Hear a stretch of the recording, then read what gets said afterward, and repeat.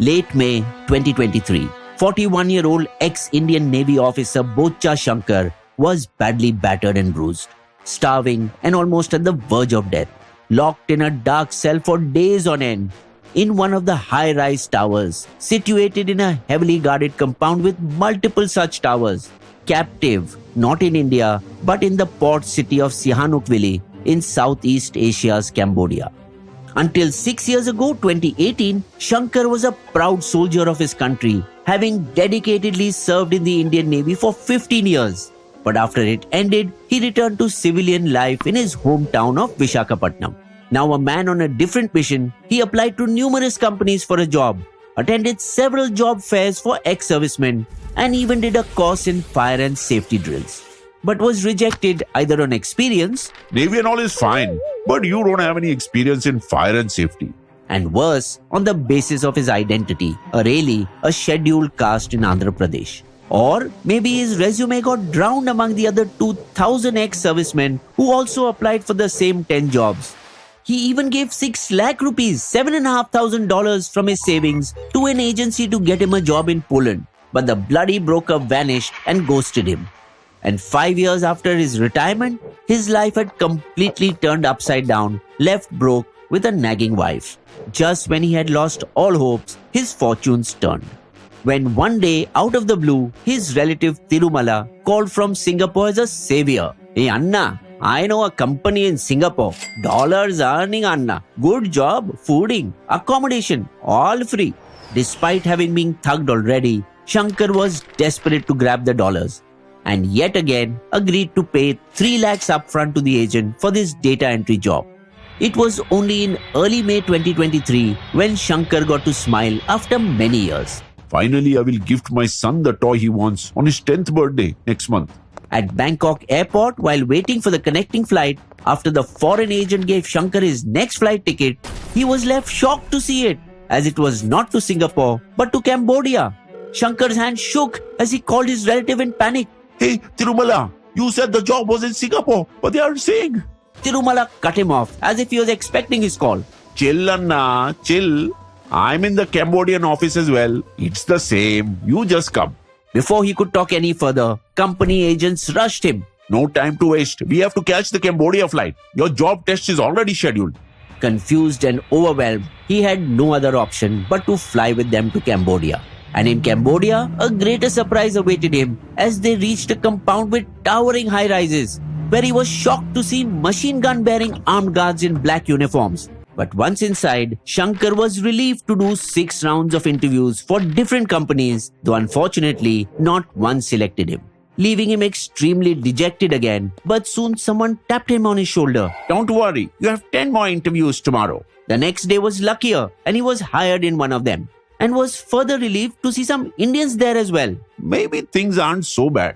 A few smiling agents also came up to him, asking for his passport. Just a formality for your joining process. Trusting them, the poor fellow casually handed it over. Then came the real job, as his arrogant Chinese boss didn't bother with pleasantries. Your job is to create fake profiles of women on Facebook, link them to fake email IDs, and scam people. Shankar's blood ran cold. What? I'm not doing this. I want out. The boss laughed, a dog chilling sound. Out? Your passport is with us, you bloody fool. You can't leave Cambodia. Realizing his mistake, Shankar hurried frantically to report the scam to HR. But instead of help, armed guards came out of nowhere and grabbed him, whispering in his ears, "If we shoot you and dump your body by the border, no one will come looking," and then threw him into an empty cell. Now Shankar was really frightened as his Chinese boss sneered from outside. "You can leave, but only if you pay $5,000. Days passed in darkness, no food, no hope. And then the horrifying truth sank in. His own blood, the liar pimp Tirumala, had sold him into this hell. He had no option now but to start scamming or be a slave forever. Interval. We will look at the horrific ordeal that the Navy man Shankar went through and whether he was able to gain his freedom or not. But before that, do subscribe to Bizbo and press the bell icon for notifications. With full 24/7 surveillance in the compound and office, every inch, every move, every step, was being monitored by the big boss. Employees couldn't even move between floors without permission. Go back, you're not allowed. And for those who dared to resist, brutal beatings and electrocution, escape was just impossible. Being a trainee, Shankar was given a yellow lanyard ID card, a sign of vulnerability and rebellion. While the obedient slaves who had settled there wore red lanyards, their spirits already broken. Under the Chinese boss's orders, Malaysian translators instructed the cyber slaves in English, detailing the art of pig butchering scam, slowly fattening their rich victims and then slaughtering them. Listen clearly how it happens, because it can happen to you or your near ones as well. Newbies like Shankar were handed a 7-day script, a step-by-step guide to luring victims. To build trust, they formed fake female profiles with stolen photos, meticulously cloned to look like real social media profiles, to help them easily become friends with rich businessmen and flirt with them romantically. Once the target would become fat with fake love, they would play that trick. Honey, I've sent you a link to this trading app. You should invest. I've some insider tips as well. If the businessman got suspicious, the scammers would force female slave employees into intimate video calls to seal the deal. Desperate for a connection, the rich men sent fortunes to fake accounts. Fake females would go to the extent of promising. Let's get engaged tomorrow, honey. Then for the final blow, a call. Baby, I'm stuck at the airport with no credit card. Please, honey, just send me your card details. Sure, honey. Only for the lonely, but horny and stupid men to lose it all. The pig butchered, the fake profiles of Cambodian slaves vanished overnight. For the middle class victims, they were simply lured by links to high earning investment schemes on WhatsApp. The scammers would even send real money at first, building trust, before hitting them with bigger fraudulent schemes. Failure to meet targets, especially for newbies like Shankar, meant starvation and salary cuts. While those who succeeded got neon-lit parties full of booze, drugs and prostitutes as a reward. But it was a trick. Nothing was free. You had to spend on those prostitutes and drugs.